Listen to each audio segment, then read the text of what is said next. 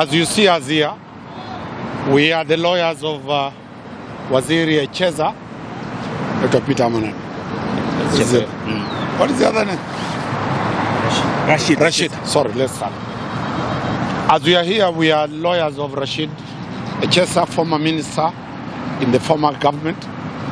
We can confirm that one Rashid Echesa was arrested yesterday. He was summoned to go to the regional CID offices yesterday in the morning. As a law-abiding citizen, Rashid Echesa went to the regional DCI headquarters in Nairobi area. He was told that he has been arrested. He was told that the reasons for his arrest was that he had faked his kidnapping. There was a video circulating in social media where Rashid Echesa is kidnapped, he is handcuffed, and they told him that he stage managed that handcuff. A critical analysis of that video shows that Echesa is handcuffed. Standing next to Echesa is the governor of Kakamega. He is there, and there are other bodyguards. What if Echesa kidnapped himself? What was the governor doing there? What was he doing there? He's not a policeman, and therefore Echesa, after being kidnapped, he went and reported this matter to the police. He recorded an OB. Instead of the police investigating Echesa's complaint, Echesa was arrested yesterday. He has not been arraigned in court. It is beyond 24 hours since Echesa was arrested. Today is a working day. The police have simply detained him so that they'll continue detaining him until Tuesday next week. Echesa will have stayed behind police bars for more than 8 days. Number two, when we got wind that Rashid Echesa is here, we have been denied access. We have not had a chance to see our client, contrary to the provisions of the Constitution. We have been told by the police here at Muthaiga Police Station that there are very clear instructions from the DCI headquarters that anybody who wants to see Echesa, whether a wife, whether a child, whether a parent, whether a lawyer, should go to seek permission from the DCI headquarters. This is against the law. This is contrary to a democracy. We have told the police that we shall sue the police by their names, not by the office of the Inspector General of Police. Any police officer who has detained Echesa unlawfully by denying him access to the advocates, we shall sue him in person by their own name and rank. We are back in the dark ages where people could be arrested, kept incognito, and Echesa could have disappeared. We are not even aware whether the information we got, whether indeed he's here or is dead.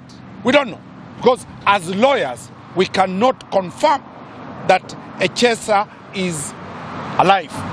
All I'll say, I did communicate with Echesa. He has been tortured heavily. He has been brutalized heavily. And that is what we are saying.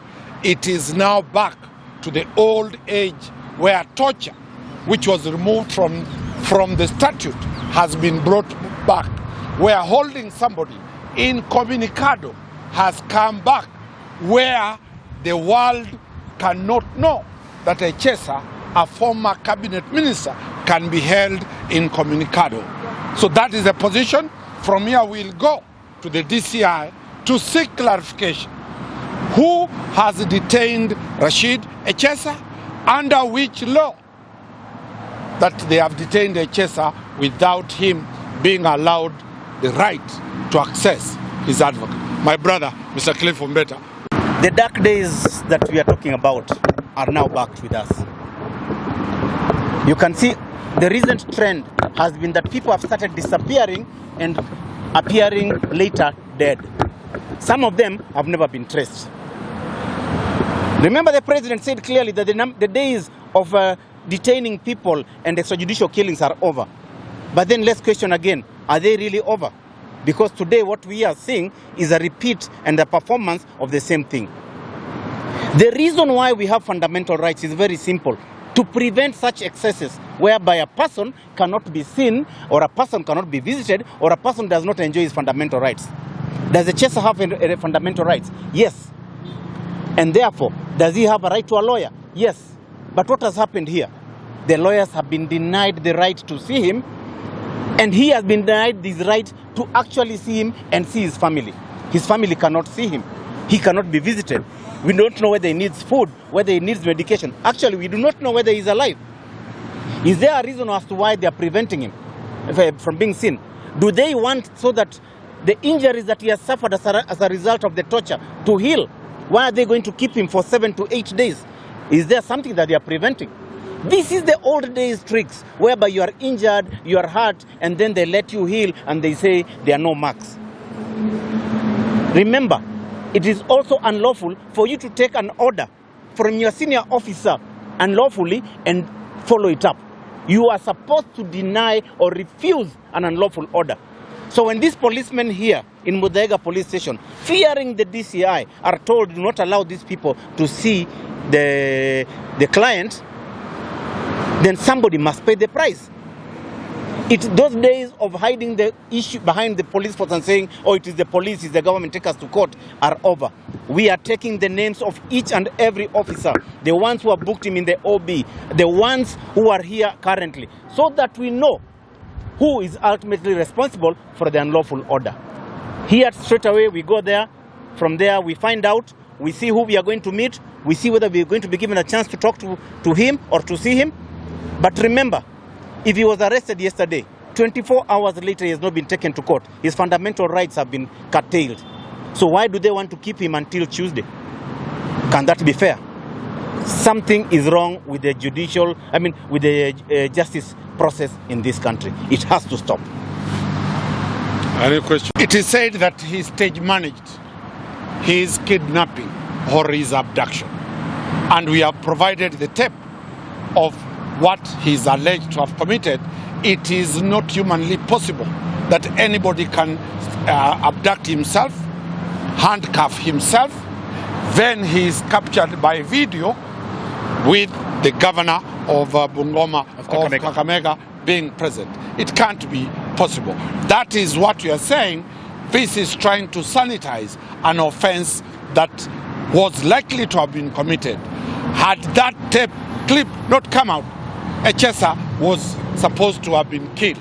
And that's what we are worried. Because after the kidnap, Echesa was admitted for more than 4 days at Karen Hospital for treatment of the injuries that he received. When he's been arrested, he has been inflicted more injuries by the police. So, are we likely to see a dead body of Echesa coming out, or are we going to see somebody who has been completely disfigured? So that's the fear, and that's why we have called the nation, the whole country at large, that as everybody is going for Easter, kindly put Rashid Echesa to your prayers. We are seeking that the whole country turns it into a national day to pray for the life of Echesa so that he can walk out free and he can be arraigned before any court of law in this country.